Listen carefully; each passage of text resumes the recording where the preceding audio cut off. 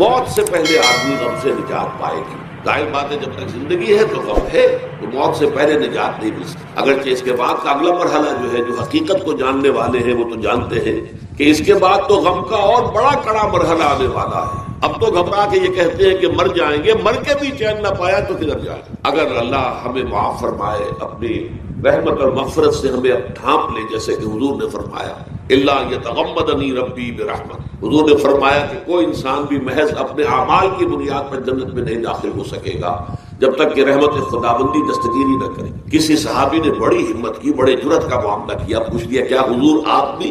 ظاہر بات ہے آپ بھی انسان ہیں، آپ بھی بشر ہیں. قرآن مجید میں کہلوایا گیا قل انما انا بشر مثلکم. تو اگر آپ کہتے ہیں کوئی انسان جنت میں داخل نہیں ہو سکے گا محض اپنے اعمال کی بنیاد پر جب تک کہ رحمت خداوندی دستگیری نہ کرے، تو کیا آپ بھی اس قاعدہ کلیہ میں شامل ہیں؟ آپ نے فرمایا ہاں میں بھی. الا یتغمدنی ربی برحمتہ، جب تک کہ میرا رب مجھے اپنی رحمت سے ڈھانپ نہیں لے گا میں بھی جنت میں داخل نہیں. تو اس اعتبار سے اللہ تعالیٰ وہاں ہمیں بچا لے. لیکن جو وہاں نہیں بچایا گیا، اب ظاہر بات ہے کہ اس کے لیے جو مصیبت ہے وہ تو پھر دائمی ہے، ابدی ہے، دکھ ہی. تو میں اس کی طرف زیادہ جانا نہیں چاہتا اس وقت. اصل میں میرا موضوع جو ہے وہ اس دنیا میں دکھوں کا علاج. اب اس اعتبار سے غور کیجئے، دکھ دو قسم. قرآن مجید پر جتنا میں نے غور کیا، دکھ ایک تو وہ ہے کہ جو ناگہانی طور پر آ جاتے ہیں، اس میں ہماری کسی غلطی کو دخل نہیں ہے. وہ کوئی آفت سماوی ہے، کوئی زلزلہ آ گیا ہے. ابھی آپ کو معلوم ہے فوج جو قصبہ تھا گجرات اسٹیٹ کا انڈیا کا پورا ختم ہو گیا. اس میں بہت سے مسلمان، جب کوئی آفت سماوی آتی ہے تو وہ ظاہر بات ہے کہ پھر سب کے سب لوگ اس کی لپیٹ میں آ جاتے ہیں. زلزلہ آ گیا، کوئی اور طوفان آ جائے، جیسا کہ کئی مرتبہ آپ نے اخبارات میں پڑھا ہوگا اس سال امریکہ میں بہت طوفان آئے، مشرقی ساحل پر بار بار طوفان آئے. وہاں بھی لوگ مرتے ہیں، وہاں بھی چھتیں اڑ جاتی ہیں، وہاں بھی تباہی جو ہے آتی ہے.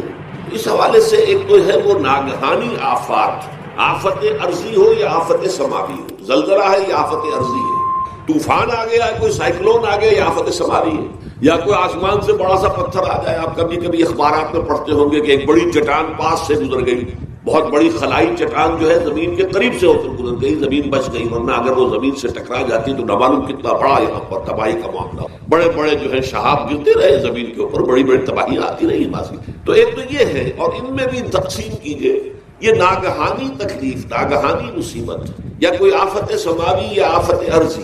اس کی بھی پھر دو قسمیں ہو گئی.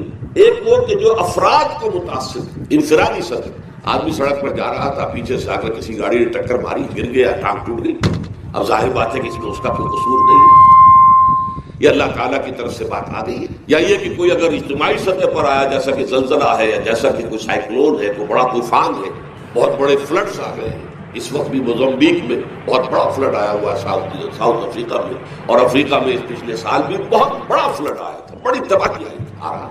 تو یہ آفت سماوی یہ ظاہر بات ہے کہ اجتماعی سطح پر آتی ہے، بڑی بڑی مقدار میں، تعداد میں لوگ متاثر، لاکھوں لوگ بے گھر ہو جاتے ہیں، ہزاروں آدمی مارے جاتے ہیں. پہلی شکل جو ہے دکھ کی، جیسا کہ میں نے عرض کیا، وہ ناگہانی دکھ، کوئی آفت ارضی، کوئی آفت سماوی، خواہ وہ انفرادی ہو خواہ اجتماعی. اس کے ضمن میں کیا علاج ہے؟ ظاہر بات ہے کہ اس کا علاج یہ تو نہیں ہو سکتا کہ آپ اس کو ختم کریں. انگریزی کا ایک محاورہ ہے what cannot be cured must be endured. جو چیز جو ہے جس کا علاج نہیں ہو سکتا وہ تو برداشت کرنی پڑے گی. بعض بیماریاں بھی ایسی ہیں، ڈائبٹیز ہو گئی ہے، شوگر کا مرض ہو گیا، ڈاکٹر آپ کو بتائے گا کہ بھائی اب یہ مرض جائے گا نہیں. اب آپ کو اس مرض کے ساتھ ہی اپنے آپ کو ایڈجسٹ کر کے اپنی غذا وغیرہ اس کے مطابق طے کر لیجیے، ورنہ یہ کہ یہ نہ سمجھیے کہ یہ مرض چلا جائے گا. تو what cannot be cured must be endured. لہذا ان آفت سماوی و عرضی، چاہے وہ انفرادی سطح پر متاثر کرتی ہوں انسانوں کو، اور چاہے اجتماعی سطح پر، اس کا تو علاج ایک ہی ہے. عربی میں بھی ایک محاورہ یہ ہے کہ کسی نے پوچھا تھا کہ بچھو کے کاٹے کا کیا علاج ہے؟ البکاء الی الصباح. رات کو اگر کاٹا ہے کسی بچھو نے تو روتے رہو صبح تک، یہ علاج ہے، اس کا اور کوئی علاج ہے ہی نہیں. تو جو چیز لا علاج ہے اسے برداشت کر. گویا کہ یہاں جو اصل شے ہوگی کہ دنیاوی آفات، عرضی و سماوی آفات، ناگہانی آفات، ناگہانی مصیبتیں، ان کے ضمن میں ہمیں ایسی شے کی ضرورت ہے جو ہمارے اندر برداشت پیدا، اس کو جھیلنا آسان بنا، ہم اس کی وجہ سے بجھ کر نہ رہ جائیں، ہماری ہمتیں جواب نہ دے جائیں، ہمارا ارادہ ختم نہ ہو جائے، ہمارا حوصلہ پست نہ ہو جائے، بلکہ برداشت، جھیلنا ہو، تحمل. ابھی بھٹر صاحب کہہ رہے تھے اللہ تعالیٰ ذرا سا متحمل ہے. میں نے کہا یہ بہت غلط بات کہہ رہا، اللہ بہت متحمل. وہ ذرا سا تو یوں سمجھیے کہ ان کے کہنے کے انداز میں یہ بات آ گئی، ذرا سا رحیم بھی ہے. نہیں وہ بہت رحیم ہے، بہت متحمل ہے، بہت حلیم. لیکن یہ کہ ہمیں یہ جو آفات سماویہ اور ارضیہ ہیں جو ہمارے اوپر آ جاتی ہیں اللہ کی طرف سے، ان کے ضمن میں ذہنی ایک ایٹیچیوڈ پیدا ہو جائے، سوچ کا ایک خاص رخ بن جائے، انسان کے احساسات ایک خاص طرف پر ڈھل جائیں، تو پھر ان کو برداشت کرنا آسان ہے. اور وہ کیا ہے؟ وہ ہمارے ایمان کا لازمی. ایمان ہمیں یہ بتاتا ہے کہ کوئی مصیبت اس زمین میں آتی ہے نہ تمہاری جانوں پر آتی ہے بغیر اذن رب. جو کچھ آ رہا ہے اللہ تعالیٰ کے فیصلے سے آیا ہے. یہ کوئی اندھا بہرا مادہ نہیں ہے، یہ کوئی اندھا پیسہ نہیں ہے کہ اس نے آ کے آپ کو ٹکر مار دی ہے. نہیں، یہ تو سمیع و بصیر، علیم و خبیر اللہ اور حکیم اور قدیر اللہ کا فیصلہ. لہذا یہ من جانب اللہ ہے، اس کو تم سمجھو کہ اللہ تعالیٰ کی طرف سے ہے. اور جب اللہ کی طرف سے ہے تو سورہ آل عمران میں فرمایا بیدہ الخیر، اس کے ہاتھ میں تو خیر ہی خیر ہے. یعنی بظاہر تمہیں محسوس ہوتا بھی ہو کہ یہ میرے لیے تکلیف دہ بات آ گئی، تو اس کو یوں سمجھو کہ اس کا نتیجہ جو میرے حق میں نکلے گا وہ خیر ہوگا. فوری طور پر تو تکلیف ہے، مجھے اچھی نہیں لگ رہی، ناگوار ہے، لیکن نتیجہ اس کا خیر نکلے گا. جیسے بچہ بیمار ہے، ماں اسے دوا پینے پر مجبور کر رہی، کڑوی دوا ہے، وہ تو سمجھتا ہے اتنا بڑا ظلم ہو رہا ہے. یا آپ لے گئے اسے ڈاکٹر کی ہڈی کا لگوایا ہے، وہ تو چیخ رہا ہے، رو رہا ہے، لیکن آپ کو معلوم ہے، کاش اسے بھی معلوم ہو جائے کہ یہ میرے خیر کے لیے، میرے بھلے کے لیے. اگر اسے یہ معلوم اور محسوس ہو جائے تو اس کی تکلیف اس کے اندر بہت کمی آ جائے گی، وہ سہار لے گا، اس کو وہ برداشت کرے گا. اس حوالے سے اس کا جو ہمارے دین میں اس کا نام ہے، اس ذہنی کیفیت کا، ان احساسات کا، اسے ہم کہتے ہیں تسلیم و رضا.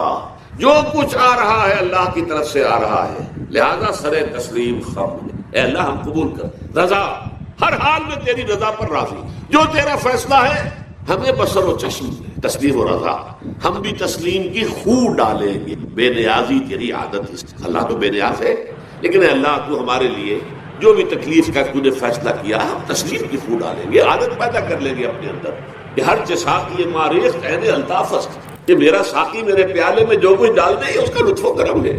یہ مقام رضا ہے، یہ ایمان کا ایک ایسا تقاضا ہے کہ جس کو ہم کہیں گے ایمان کی حلاوت، ایمان کی مٹھاس. اگر آپ کا منہ کڑوا ہو جائے تو آپ چینی کھاتے ہیں تاکہ منہ کا ذائقہ ٹھیک ہو جائے. اگر تکالیف کی وجہ سے، دکھ کی وجہ سے آپ کے احساسات کے اندر کوئی خرابی پیدا ہو رہی ہے، یہ جو مقام رضا ہے یہ اس کے لیے قند ہے، یہ اس کے لیے چینی ہے، یہ اس کے لیے شہد ہے، یہ اس کی تلخی کو ظاہر کر دینے والی چیز ہے کہ اللہ تیری رضا پر راضی، راضی و رضائے رب. اب اس کے ضمن میں سمجھئے، یہ تو اصولی بات میں نے آپ کو بتا دی. اس کی 3 کیفیات ہو سکتی ہیں کیوں اللہ کی طرف سے یہ چیزیں آتی ہیں. سب سے پہلی شے ہے، اب وہ جو آیات میں نے سنائی تھی وہ سن لیجیے پہلے ترجمہ. سورہ تغابن میں فرمایا ما صاب من مصیبت الا باذن اللہ. دیکھو کوئی مصیبت تم پر نہیں آ سکتی، نہیں آتی مگر اللہ کے ذریعے. ومن یؤمن باللہ، اور جو شخص اللہ پر ایمان رکھتا ہو یہد قلبہ، اللہ اس کے دل کو ہدایت دے دے، اس کے دل کو سکون عطا کر. وہ راضی برضائے رب ہو، اس پہ شکوہ نہیں رہتا، اس پہ شکایت نہیں ہو، اس میں تلخی نہیں ہوتی. کیوں ہو گیا، کیسے ہو گیا، کیوں ہو گیا، نہیں ہونا چاہیے. نہیں، یہ سارا جو پیچ آدمی کھاتا رہتا ہے نا اندر ہی اندر، وہ جو پیچ کھا رہا ہے یہ سب پیچ نجات نہیں. برو کشید سے پیچا کے ہستمود مرا، چے اقدہا کے مقام رضا کشود مرا. یہ پیچ کھانا جو ہے، پیچا کے ہستمود، اس سے اللہ تعالیٰ نے مجھے نجات دے دی ہے مقام رضا کے ذریعے سے. کتنے بڑے بڑے عقدے میرے حل ہو گئے اس مقام رضا سے. چے اقدہا کہ مقام رضا کشود میرے تو بہت سے عقدے اس سے حل ہو گئے. اس حوالے سے ایک موٹی بات تو یہ ہو گئی، لیکن اب اس کو 3 حصوں میں تقسیم. پہلی بات یہ کہ یہ اللہ کی طرف سے آزمائش کے طور پر، آزمائش میرا بندہ اس پر صبر کرتا ہے یا نہیں، یا میرے خلاف بکواس کرنے پر آمادہ ہو. اللہ تو ایسا ہے، اللہ نے تو ہم پر کبھی کرم کیا ہی نہیں، اللہ تو ظالم، معاذ اللہ معاذ اللہ معاذ اللہ. کہیں ایسا تو نہیں، میرا بندہ جو ہے تکلیف کو جھیلتا ہے میری وجہ سے، یہ سمجھ کے کہ اللہ کی طرف سے آئی. یہ سب جو ہے یہ بہت بڑی کامیابی ہے اگر انسان کو. اور اس صبر کے نتیجے میں 2 اور باتیں پیدا ہوتی ہیں. یہ مضامین علیحدہ علیحدہ دروس کے اندر آتے رہے ہیں، لیکن آج ایک نئے عنوان کے تحت جمع ہو کر آ رہے ہیں. پہلی بات یہ ہوتی ہے کہ یہ امتحان کا نتیجہ کیا نکلتا ہے کہ آپ نے ایک امتحان پاس کیا تو آپ کے اگلے درجے میں ترقی ہو جائے. 5ویں کا امتحان پاس کر لیا نا، 6ٹھی میں جائیں گے. اب 6ٹھی کا امتحان پاس کریں گے تو 7ویں میں جائیں گے، 7ویں کا پاس کریں گے تو 8ویں میں. درجہ بدرجہ انسان کی دینی، ایمانی اور روحانی ترقی کا ذریعہ یہ آزمائش ہے. جتنا اس میں صبر ہوگا، جتنا اس میں تسلیم و رضا جو ہے آپ حاصل کرتے جائیں گے تو آپ کے درجے بلند ہوتے جائیں گے. آپ کا امتحان کڑے سے کڑا آئے گا، بڑے سے بڑا آئے گا، مشکل سے مشکل تر آئے گا. ایک وقت میں ایم اے کا امتحان بھی آپ کو دینا ہوگا. ایک وقت ہو سکتا ہے پی ایچ ڈی کے لیے تھیسس آپ لکھے، پھر اس کے اوپر جو ہے ٹیم بیٹھی ہوئی اور آپ سے وہ بحث کرے، جرا کرے آپ سے، وہ بھی کرنا ہوگا. لیکن یہ کہ اگر پرائمری ہی میں فیل ہو گئے تو اس کا سوال ہی پیدا نہیں ہوتا کہ کبھی آپ ایم اے کا یا پی ایچ ڈی کا تھیسس بھی. اور اسی کو دوسرے انداز میں کہا گیا ہے قرآن مجید میں، وَلِيُبْلِيَ الْمُؤْمِنِينَ مِنْهُ بَلَاءً حَسَنًا. اصل میں ابلا کہتے ہیں، بلا یبلو جو ہے عربی زبان میں آتا ہے آزمانا. خلق الموت والحیات لیبلوکم ایکم احسن عملا. یہی معنی ابتلا کے میں، ابتلا یبتلی آزمانا. ابلا یبلی جو آتا ہے باب افعال سے، اس میں آتا ہے کسی کو کسی تکلیف میں ڈال کر اس کو نکھارنا، کہ اس کا جوہر نکھر جائے، اس کے اندر جو خیر ہے وہ اور چمک جائے، لوگوں کو بھی معلوم ہو جائے کہ یہ شخص اس مقام کا اہل ہے، اس کے اندر یہ صلاحیت ہے، اس میں یہ قوت موجود. تو یہ گویا کہ اہل ایمان کی صلاحیتوں کو نکھارنے کے لیے اور ان کے درجات کی ترقی کے لیے بھی اللہ تعالیٰ دنیا کے اندر یہ مصیبتیں اور امتحانات جو ہیں آزمائش کے حوالے سے افراد پر بھی، اجتماعی طور پر بھی. اور ایک اس کا اور بھی اہل ایمان پر اس طرح کے ابتلاء و آزمائش کی ایک نوعیت اور بھی، اور وہ یہ ہے کہ جو بھی آپ سے غیر ارادی طور پر یا یہ کہ آپ نے کوئی گناہ ارادی طور پر بھی کر لیا، اللہ تعالیٰ اس کی سزا اسی دنیا میں دے کر آخرت کی سزا سے محفوظ کر دیتا. گویا کہ اس سے بڑا خیر کیا ہوگا؟ یہاں کی سزا کیا ہے؟ جھیل لیا آپ نے، بخار آ گیا، ٹانگ ٹوٹ گئی، چلیے 3 مہینے آپ بستر پر پڑے رہے نا، اور کیا ہوا؟ کچھ نہیں. لیکن یہ کہ آخرت کی سزا ملتی ہے بہت عظیم، لہذا کفارہ بناتا ہے اللہ تعالیٰ. جو بھی گناہ ہو گئے ہیں، غلطیاں ہو گئی ہیں، ان کا کفارہ اللہ تعالیٰ بندہ مومن کے لیے. حضور کی ایک حدیث ہے، اس کا متن مجھے اس وقت یاد نہیں ہے، کہ مومن کا معاملہ عجیب ہے. اسے کوئی تکلیف پہنچتی ہے، صبر کرتا ہے، وہ اس کے گناہوں کا کفارہ بن جاتا ہے. اور اگر کوئی خوبی ملتی ہے تو اللہ تعالیٰ کا شکر ادا کرتا ہے، اس کے درجات بلند ہو جاتے ہیں. تو یہ معاملہ جو ہے اللہ تعالیٰ کی طرف سے بندہ مومن کے حق میں خیر، کہ در حقیقت اس کے ان گناہوں کی پاداش کہ جو اس نے یہاں کر لیے ہیں یہی دنیا میں دے کر دھو دیا جائے، پاک کر دیا جائے.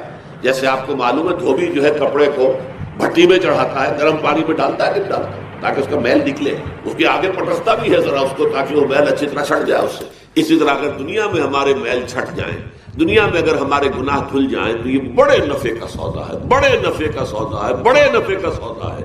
اس اعتبار سے آپ غور کیجئے کہ اگر یہ حقائق ہمارے سامنے رہے تو کیا کوئی تکلیف دنیا کی ہمیں بھاری محسوس ہوگی؟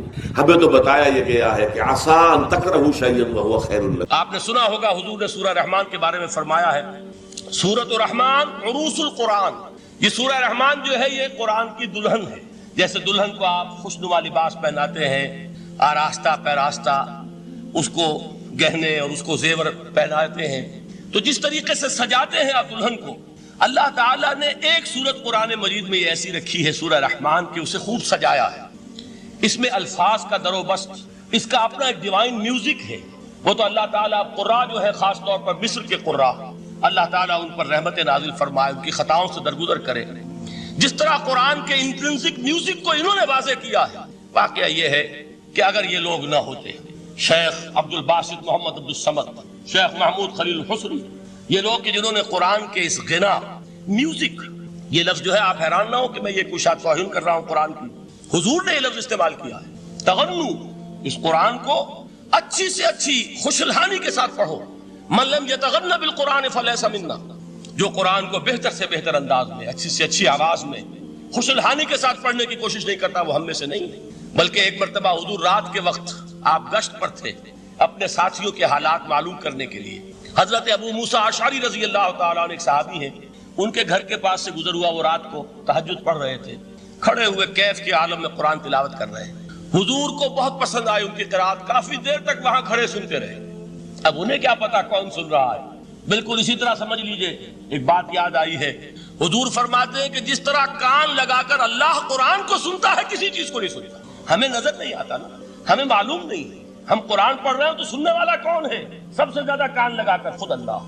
یہاں اس لیے مجھے یاد آیا کہ ابو موسیٰ اشعری کو کیا پتا تھا کہ کون سن رہا ہے. وہ اپنی کیفیت میں نماز میں تہجد میں قرآن کی تلاوت کر رہے تھے، اور ظاہر بات ہے ان کے گھر ایکڑوں میں بنے ہوئے نہیں تھے، ایک ایک کمرہ، ایک ایک کوئی حجرہ، ایسے تو گھر تھے نا صحابہ کے. لہذا حضور پاس سے گزرے، آواز آئی، کافی دیر سنتے رہے. اس کے بعد آپ تشریف لے گئے. صبح فجر میں ملاقات ہوئی. تو حضور نے تحسین کے انداز میں فرمایا یا ابا موسیٰ انک قد اوتیت مزمارا من مزامیر آل داؤد، اے ابو موسیٰ تمہیں تو آل داؤد کے سازوں میں سے ایک ساز اللہ نے عطا فرما دیا۔ جس طرح حضرت داؤد لہن داؤدی مشہور ہے کہ جب وہ پچھلے پہر رات کو حمد کے ترانے الاپتے تھے، قرآن میں ہے کہ پرندے شامل ہو جاتے تھے ساتھ اور پہاڑ وجد میں آتے تھے، پہاڑ بھی ان کے ساتھ شریک ہوتے تھے۔ تو جس طرح کا اللہ نے ان کو لہن عطا فرمایا تھا، حضور نے تحسین کے انداز میں فرمایا ہے ابو موسیٰ اشعری اللہ نے تمہیں بھی آل داؤد کے سازوں میں سے ایک ساز عطا فرمایا ہے۔ بہرحال قرآن مجید کا جو یہ میوزک ہے، قرآن کے الفاظ کا جو حسن ہے، جہاں تک حسن معنوی ہے وہ تو ہر لفظ میں ہے، لیکن یہ حسن ظاہری، حسن صوتی، حسن لفظی یہ اپنے کلائمیکس پر آپ کو نظر آئے گا سورہ رحمان میں۔ لیکن قرآن میں یہ سورت اس اعتبار سے بھی ممتاز ہے، اس کی 4 آیات پر ذرا توجہ کریں گے، عجیب حقائق سامنے آئیں گے۔ جہاں یہ قرآن مجید کے حسن صوت اور حسن لفظی کی معراج ہے، وہیں اس کی پہلی 4 آیات میں 4 چوٹی کی چیزوں کا ذکر ہے، سب سے اونچی چیز ہے۔ پہلی آیت کیا ہے؟ الرحمن، ایک آیت ہو گئی۔ رحمان کیا ہے؟ اللہ کا نام ہے۔ کبھی آپ نے غور کیا اللہ کے ناموں میں سب سے پیارا نام کون سا ہوگا؟ رحمان۔ کیوں؟ اس کا مادہ کیا ہے؟ رحمت۔ ہمیں سب سے بڑھ کر جس چیز کی ضرورت ہے وہ کیا ہے؟ رحمت خداوندی۔ نام اچھی طرح سن لیجئے اس حضور کے قول کو۔ حضور فرماتے کوئی شخص جنت میں مجرد اپنے عمل کی بنیاد پر داخل نہیں ہو سکے گا جب تک کہ رحمت خداوندی دستگیری نہ کرے۔ کسی صحابی نے بڑی ہمت اور جرأت کا ثبوت دیا کہ پوچھ لیا کیا حضور آپ بھی؟ جب آپ نے فرمایا کوئی شخص داخل نہیں ہو سکتا جنت میں محض اپنے عمل کی بنیاد پر جب تک کہ رحمت خداوندی جو ہے وہ دستگیری نہ فرمائے۔ پوچھا گیا کیا آپ بھی؟ آپ نے فرمایا ہاں میں بھی۔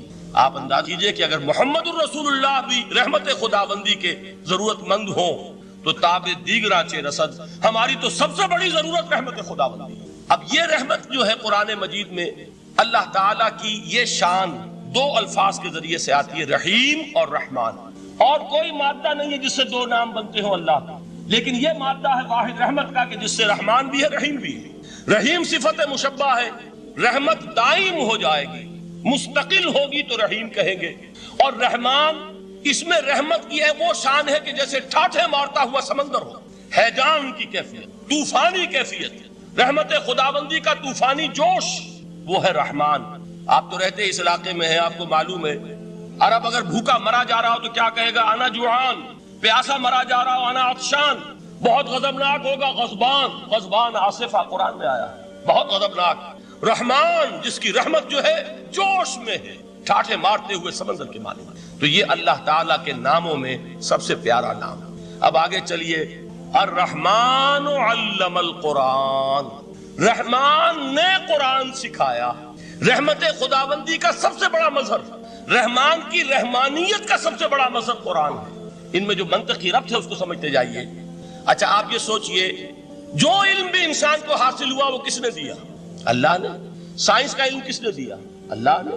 علم آدم الاسماء کلہا، وہ علم الاسماء جو حضرت آدم کو دے دیا گیا تھا ازل میں، یہ اسی کا ظہور ہے، یہ اسی کی ایکسفولیشن ہے جو ہو رہی ہے اور ہوتی رہے گی ابھی۔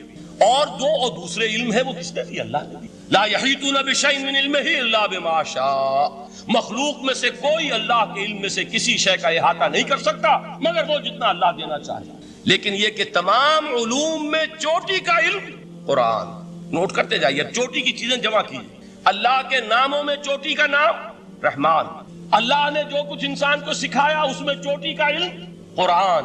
خلق الانسان، انسان کو پیدا فرمایا۔ سوال یہ کہ حیوانات کو کس نے پیدا فرمایا؟ آسمان کس نے پیدا کی؟ زمین کس نے پیدا کی؟ میرا مالک اللہ، میرا رازق اللہ، میرا محافظ اللہ، میرا مددگار اللہ، میرا پشت پناہ اللہ، میرا دوست اللہ۔ یہ دوستی ہے اللہ کی جو لب لباب ہے، حاصل ہے ایمان کا، اسی کا نام ولایت ہے۔ اولیاء اللہ کے سروں پر سینگ نہیں ہوتے، جس کے دل میں ایمان راسخ ہو چکا ہو وہی اللہ کا ولی ہے، جسے اللہ پر یقین ہو چکا ہے وہی اللہ کا ولی ہے، جسے یقین ہے اللہ میرے ساتھ ہے، میرا مددگار، میرا پشت پناہ، میرا ساتھی، میرا دوست، میرا محبوب، میرا محب۔ اللہ اہل ایمان سے محبت کرتا ہے۔ واللہ یحب الصادقین، ان اللہ یحب الذین یقاتلون فی سبیلہ صفا کانہم بنیان مرصوص۔ اللہ محبت کرنے والا، اہل ایمان محبوب، اور اہل ایمان محبت کرنے والے اللہ محبوب، والذین آمنوا اشد حبا للہ۔ آپ تصور کیجئے جسے یہ رشتہ ایمان یا رشتہ ولایت حاصل ہو جائے، الا ان اولیاء اللہ لا خوف علیہم ولا هم یحزنون، آگاہ ہو جاؤ اللہ کے دوستوں کے لیے نہ کوئی خوف ہے نہ کوئی حزن ہے۔ اور میں بیان کر چکا تھا خوف اور حزن کے خاتمے ہی کا نام امن ہے۔ زوال خوف، زوال حزن، یہ خوف اور حزن کیوں آتے ہیں بار بار؟ اللہ تخافوا ولا تحزنوا، دونوں آ گئے، الا ان اولیاء اللہ لا خوف علیہم ولا هم یحزنون، پھر وہی دو۔ وہ کیوں ہے؟ خوف ہوتا ہے کسی مستقبل کی بات کا، یہ نہ ہو جائے، وہ نہ ہو جائے، یہ نقصان نہ پہنچ جائے، یہ تکلیف نہ ہو، یہ غضب نہ آ جائے، خوف ہے مستقبل سے۔ حزن ہے یہ کیوں ہوا، یہ نہیں ہونا چاہیے تھا، یہ میرا فلاں چیز میرے ہاتھ سے جاتی رہی ہے، فلاں موقع نکل گیا، اب بیٹھے ہوئے ہیں اندر ہی اندر کڑ رہے ہیں، صدمہ ہے اور رنج ہے۔ اور جو اللہ پر ایمان رکھتا ہے وہ جانتا ہے ما اصاب من مصیبت فی الارض ولا فی انفسکم الا فی کتاب من قبل ان نبرأها ان ذلک علی اللہ یسیر لکی لا تعصوا علی ما فاتکم ولا تفرحوا بما آتاکم واللہ لا يحب کل مختال فخور۔ اس زمین میں یا تمہاری جانوں میں کوئی تکلیف، کوئی مصیبت نہیں آ سکتی سوائے اس کے کہ جو اللہ نے لکھ دی ہو اس سے پہلے کہ وہ ظاہر ہو۔ جس کو یہ حقیقت معلوم ہو گئی اس کو یہ طرز عمل اختیار کرنا چاہیے، جو چیز چھن جائے، جاتی رہے، چھوٹ جائے، اس پر افسوس نہ کرو۔ کس نے چھینی؟ دوست نے۔ دوست کے فیصلے پر شکایت، دوستی کو بٹا لگا رہے ہو، سرے تسلیم خم ہے جو مزاج یار میں آئے۔ اگر دوستی ہے تو پھر تو تمہیں گردن جھکانی چاہیے کہ ہر چہ ساقی ماریخت عین الطاف است، جو بھی میرا ساقی میرے پیالے میں ڈال دے اس کا کرم ہے، جو اس کی طرف سے آئے اس پر کوئی رنج نہیں، کوئی صدمہ نہیں، کوئی غم نہیں، کوئی شکایت نہیں، کوئی شکوہ نہیں، اور جو ہوگا وہ اس کے اذن کے بغیر نہیں ہوگا، اور اس کا اذن ہوگا تو یقیناً میرے لیے خیر ہی خیر ہے، چاہے وہ ناگوار شے ہو، بظاہر مجھے اچھی نہ لگ رہی ہو، میری شارٹ سائٹڈنس میں مجھے وہ نظر آ رہی ہے کہ میرے لیے بری ہے، لیکن قرآن نے کہا ہے عسیٰ ان تکرہوا شیئا وہو خیر لکم وعسیٰ ان تحبوا شیئا وہو شر لکم واللہ یعلم وانتم لا تعلمون۔ ہو سکتا ہے تم کسی چیز کو ناپسند کرو درحال ہے کہ اسی میں تمہارا خیر ہو، اور ہو سکتا ہے تم کسی چیز کو پسند کرو درحال ہے کہ اس میں تمہارا شر ہو۔ اللہ جانتا ہے، تم نہیں جانتے۔ جب مجھے یہ بات معلوم ہو گئی میں نے اپنا معاملہ اللہ کے حوالے کیا، سپردم بے تو مایہ خیش را تو دانی حساب کم و بیش را، اے رب جو تو چاہتا ہے وہ ہو، تیرے علم میں جو شے میرے لیے خیر ہے وہ ہو جائے، میری کوئی پسند نہیں، میری کوئی چاہت نہیں، یہ ہے راضی برضائے رب۔ اکبر الہ آبادی نے اسے کہا ہے رضائے حق پہ راضی رہ، یہ حرف آرزو کیسا، خدا خالق، خدا مالک، خدا کا حکم تو کیسا۔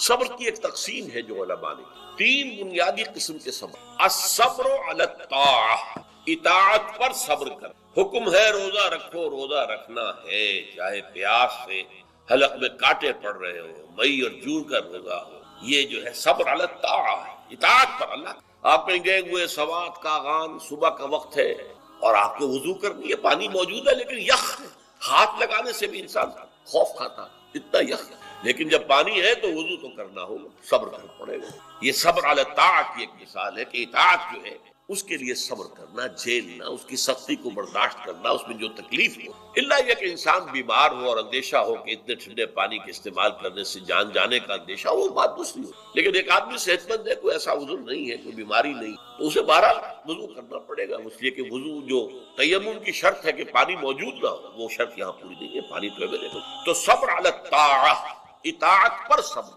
تمام احکام جو ہے شریعت کا ان پر عمل کرنا۔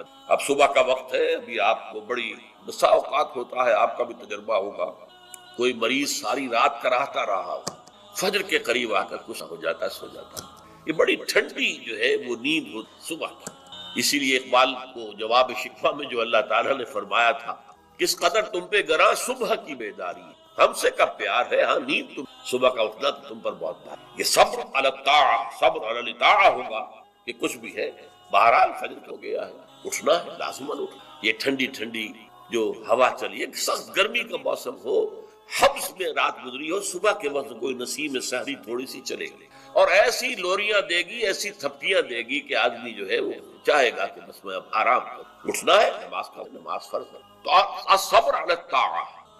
دوسرا صبر ہے الصبر عن المعصیہ، معصیت سے رک جانا صبر۔ کوئی لذت ہے کام و دہن کی لیکن ہے ممنوع، غلط ہے، حرام شے ہے، لہذا رکنا، یہ ہے صبر عن المعصیہ۔ وہ ہے صبر علی الاطاعہ، اور یہاں آئے گا عن الصبر عن المعصیہ، معصیت سے اپنے آپ کو روکنا، بچانا۔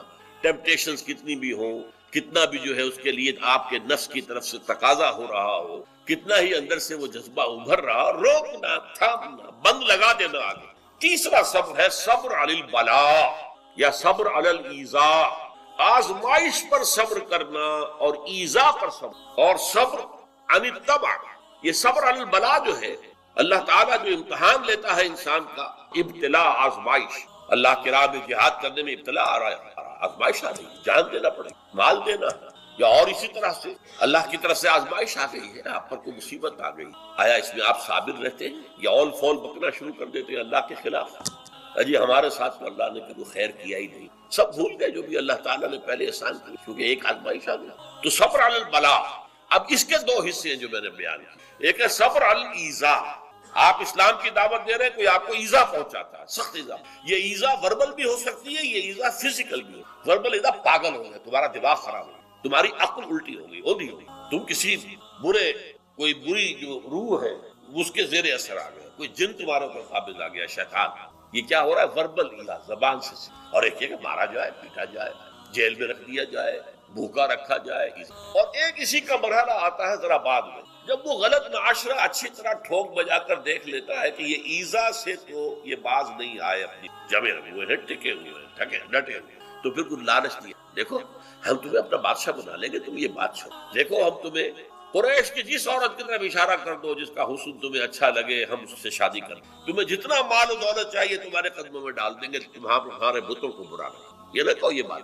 اب یہ تباہ ٹیمپٹیشن کے مقابلے میں رکنا، ایذا کے مقابلے میں رکنے سے زیادہ مشکل، جس کی ایک بہت بڑی مثال جو ہے امام احمد ابن حنبل کی میں ہے کہ جب مسئلہ خلق قرآن پر جب انہیں جیل میں ڈالا گیا، مارے ماری گئی، الفاظ یہ آتے ہیں تاریخ میں کہ انہیں وہ مار ماری گئی کہ اگر ہاتھی کو بھی وہ مار ماری جاتی تو چنگھاڑ، لیکن ان کے آنکھوں میں کبھی آنسو برداشت۔ پھر زمانہ بدل گیا، اب خلیفہ کوئی اور ہو گئے اور ان کا اپنا موقف وہی تھا جو امام احمد ابن حنبل کا ہے۔ تو اب دارالخلافت سے، ایوان خلافت سے ایک ایلچی آیا ہے اشرفیوں کی تھیلیاں لے کر کہ یہ خلیفہ نے آپ کو۔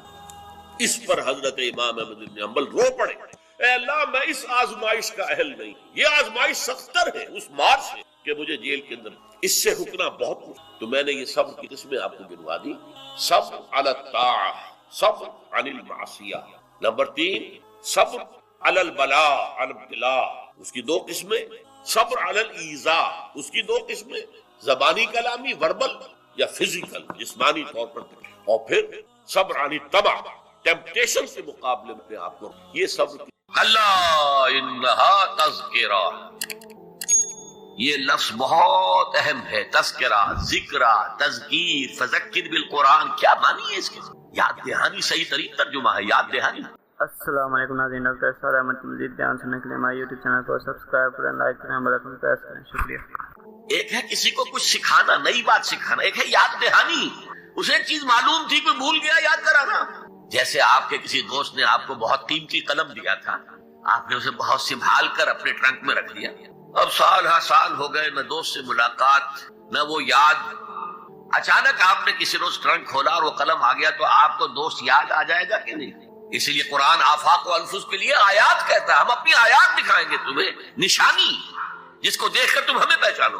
اور تذکرہ کا مطلب کیا ہے؟ پوٹینشلی ایمان ہر انسان کے دل میں موجود ہے، یہ جو روح جو ہمارے قلب کی مسکن نکید ہے، اس میں اللہ کی معرفت بھی ہے، اللہ کی محبت بھی۔ البتہ ظہور کے پردے پڑ گئے ہیں، بھول اور نسیان طاری ہو گیا ہے، ہم دنیا ہی کے اندر گم ہو کر رہ گئے ہیں، ہماری ساری دلچسپیاں دنیا سے ہیں، لہٰذا ہماری توجہ ہی نہیں ہے۔ ورنہ ہر انسان کے دل میں، یہ جو یہاں ہندوستان میں کہتے ہیں آتما اور پرماتما، آتما اور پرماتما کا تو تعلق بہت گہرا ہے، ابتدا میں بنا دی گئی تھی ارواح، جب ہم سب کے سب تمام انسان آدم سے لے کر اور تا قیامت جو انسان آئے گا دنیا میں ان سب کی ارواح پیدا کر دیں اور پوچھا گیا الستو بربکم قالوا بلا، یاد ہے؟ لہذا یہ تذکرہ ہے، یہ یاد دہانی تمہارے اندر موجود ہے، اللہ کی معرفت بھی موجود ہے، اللہ کی محبت بھی، لیکن کلا بل ران علی قلوبہم ما کانوا یعملون، ان کے دلوں پر زنگ آ گیا ہے، اب ان کے اعمال کی شیشہ جو ہے وہ زنگ آلود ہو گیا۔ حضور نے فرمایا ان هذه القلوب لتسطع كما يسطع الحديد اذا اصابه الماء، ان دلوں پر بھی زنگ آ جاتا ہے جیسے کہ لوہے کے اوپر پانی پڑتا رہے تو اس کو زنگ آ جاتا ہے۔ پوچھا گیا فما جلاؤها یا رسول اللہ، اے اللہ کے رسول ہماری تلواروں کو زنگ لگتا ہے، ہم پالش کرتے ہیں، سیکل کرتے ہیں، وہ پھر چلو پڑتے ہیں، تو دل پر اگر زنگ آ جائے تو اس کا علاج کیا ہے؟ دو چیزیں فرمائی، کثرت و ذکر الموت و تلاوت القرآن، دو کام کرو کثرت سے، موت کو یاد رکھو، یہاں رہنا نہیں ہے، جانا ہے، یہ ہمارا گھر نہیں ہے، یہ ہماری منزل نہیں ہے، ہمارا اصل گھر جو حضور نے فرمایا انما الدنیا خلقت لکم وانتم خلقتم للآخرہ، یہ دنیا تمہارے لیے بنائی گئی، تم آخرت کے لیے بنائے گئے۔ اسی لیے حضور نے فرمایا کن فی الدنیا کانک غریب عابر السبیل، دنیا میں ایسے رہو جیسے راہ چلتے مسافر یا اجنبی۔ اپنے بارے میں فرمایا مالی والی دنیا، مجھے تمہاری دنیا سے کیا سروکار، انما مثلی کراکب استظل تحت شجرۃ ثم راح فترکھا، میری مثال اس مسافر کسی ہے جو ذرا سستانے کے لیے کسی درخت کے سائے میں بیٹھتا ہے تھوڑی دیر، وہ اس کا گھر تو نہیں ہے، اس کی منزل نہیں ہے، پھر وہ اس کو چھوڑتا ہے، اپنا راستہ لیتا ہے۔ یہ اگر ہمارا تصور قائم ہو جائے، کلا انہا تذکرہ، اب اس کے بعد جو الفاظ آئے فی صحف مکرمۃ مرفوعۃ مطہرۃ بایدی سفرۃ کرام بررہ، یہ جو قرآن ہے جو تذکرہ ہے یہ بڑے ہی انتہائی پاکیزہ صحیفوں میں ہے، فی صحف مکرمۃ، بڑے باعزت، مرفوعۃ مطہرۃ، مرفوع بلند اور انتہائی پاک، بایدی سفرۃ، یہ کن کے ہاتھوں میں ہے؟ لکھنے والے وہ فرشتے، بایدی سفرۃ کرام بررہ، جو نہایت باعزت ہے، بہت وفادار ہے اللہ کا۔ یعنی اصل قرآن کہاں ہے؟ لوح محفوظ میں ہے۔ اصل قرآن کہاں ہے؟ ابھی اگلی اب جو پڑھیں گے ہم، کتاب مکنون، چھپی ہوئی کتاب کے اندر ہے۔ اصل قرآن کہاں ہے؟ وَإِنَّهَا لَفِي أُمِّ الْكِتَابِ لَدَيْنَا لَعَلِيٌّ عَظِيمٌ، یہ تو اس ام الکتاب میں جو ہمارے پاس ہے بہت بلند ہے اور بہت عظمت والا ہے۔ جو لوگ اللہ پر ایمان لائیں، کہیں کہ ہمارا رب اللہ ہے، پھر اس پر جم جائیں، ان پر فرشتوں کا نزول ہوتا ہے، نہ کوئی غم کرو نہ خوف، خوشیاں مناؤ جنت کی جس کا تم سے وعدہ کیا گیا تھا۔ اللہ کی ربوبیت پر اطمینان جب انسان کو ہو جاتا، میرا رب اللہ ہے، ربی اللہ، انسان کے لیے نہ کوئی کھٹکا، نہ کوئی خطرہ، نہ کوئی خوف، نہ کوئی حضور، جو کچھ ہو رہا ہے کس کے اذن سے ہو رہا ہے؟ اللہ کے اذن سے۔ اللہ کے اذن کے بغیر پتہ تک نہیں ہلتا۔ یہ کوئی اندھا بہرا مادہ نہیں ہے جس سے مجھے کوئی خوف ہو، اندھا بھینسا چلا رہا ہو اس سے تو ڈرنے کا ہر انسان کو ڈرنا چاہیے، نہ معلوم کس کو ٹکر مار دے، لیکن نہیں، اس کائنات کو چلانے والا ایک سمیع و بصیر خدا ہے، وہ جو میرا دوست ہے، میرا ولی ہے۔ اللہ ولی الذین آمنوا یخرجہم من الظلمات الی النور، اللہ اہل ایمان کا ولی ہے، ساتھی ہے، پشت پناہ ہے، مددگار ہے، حمایتی ہے۔ بتائیے جسے یقین ہو جائے کہ اللہ میرا مددگار، اللہ میرا محافظ، اللہ میرا پشت پناہ، اللہ میرا حمایتی، اس کے لیے کوئی خوف ہوگا؟ اس سے کوئی ڈر ہوگا؟ میں مثال دیا کرتا ہوں ایک بہت سادہ، پنجاب کے دیہات کی، تو بڑا چودھری ہے اور کوئی غریب کسان ہے، اس غریب کسان کی کہ جانوروں کو ہر وقت اندیشہ ہوگا چوری کا، کوئی میری بھینس کھول کر نہ لے جائے، کوئی میرا بیل کھول کر نہ لے جائے، لیکن جس کے بارے میں یہ سب کو معلوم ہو کہ وہ جو بڑا چودھری ہے وہ اس کا دوست ہے، اس کی بچیا کو کوئی خوف ہوگا؟ اس کی بھینس پر کوئی ہاتھ ڈالے گا؟ اسے کوئی اندیشہ ہوگا؟ نہیں، کیوں کہ وہ بڑا چودھری، بڑا اس کا یہاں کا سردار، جاگیردار، سب کو معلوم ہے وہ میرا دوست ہے، کوئی میرے خلاف اقدام نہیں کر سکتا۔ اس دنیا میں یہ چھوٹی سی بات اگر آپ کے دلی اطمینان اور سکون کا باعث بن سکتی ہے تو ذرا تصور کیجئے۔ میں لفظ تصور استعمال کروں گا صرف اس لیے کہ اس کا ہم جس کو کہتے ہیں ادراک اور شعور کر نہیں سکتے، اگر کے ساتھ کر سکتے، اگر یقین ہو کہ اللہ میرا مددگار اور یقین ہو کہ اللہ ہر آن میرے ساتھ ہے، پھر کوئی خوف، کس کا خوف؟ کوئی شے اللہ سے بالا تر ہے؟ کوئی قوت اس سے زیادہ طاقتور ہے؟ کوئی اس کے ارادے کو بدلنے والا ہے؟ کوئی اس کی مشیت کے آڑے آنے والا ہے؟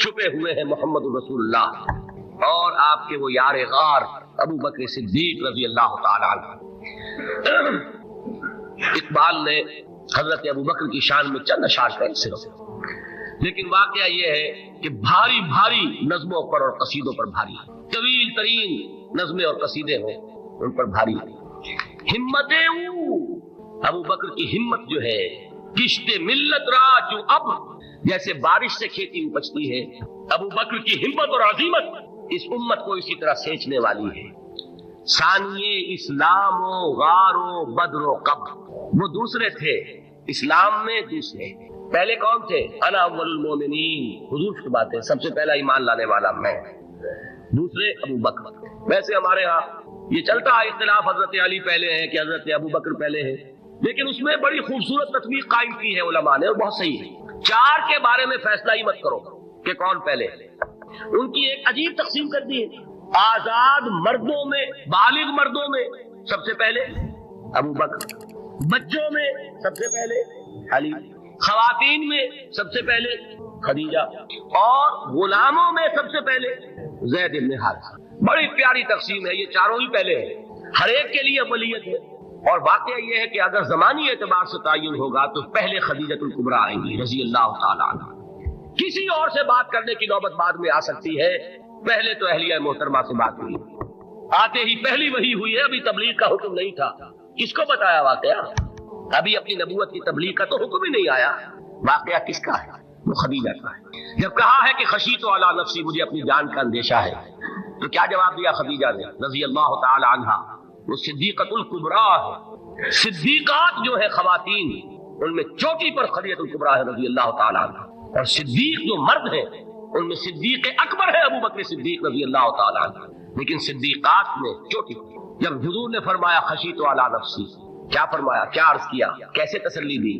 نہیں، اللہ آپ کو ضائع نہیں کرے گا، آپ غریبوں کے ہمدرد ہیں، آپ مساکین کے تکالیف رفع کرنے والے ہیں، آپ بیواؤں کی سرپرستی کرتے ہیں، آپ مسافروں کی خدمت کرتے ہیں، اللہ آپ کو ضائع نہیں کرے گا، یہ یقین ہے اس خاتون کے اندر۔ خیر وہ ایک علیحدہ بات ہو جائے گی۔ میرے دل پر حضرت خدیجہ رضی اللہ تعالیٰ عنہ کی شخصیت کا بڑا گہرا نقش جو وہ کوئی اور ہی وقت اور موقع ہوا تو بیان ہوگا۔ بہرحال اقبال نے ایک مصرے میں جو چار اولیتیں جمع کر دی ہیں، ہمتیں کشت امت را تو ابر، ثانی اسلام و غار و بدر و قبر۔ اسلام میں حضور کے بعد پہلے کون؟ ابو بکر۔ غار میں حضور کے ساتھ کون؟ ابو بکر۔ بدر کی رات اللہ کا رسول سر بسجود، وہ جھاڑ، وہ گھاس پھوس کی جو جھوپڑی بنائی گئی تھی، اور وہاں تلوار ننگی لے کر پہرا دینے والا کون؟ ابو بکر۔ اور اس حجرہ عائشہ میں محمد کے بعد سب سے پہلے دفن ہونے والا کون؟ ابو بکر رضی اللہ تعالی عنہ صلی اللہ علیہ وسلم۔ وہ جو معاملہ میں سنا رہا تھا غار ثور کا، حضرت ابو بکر بھی حضور کے خیال سے لرز گئے ہیں۔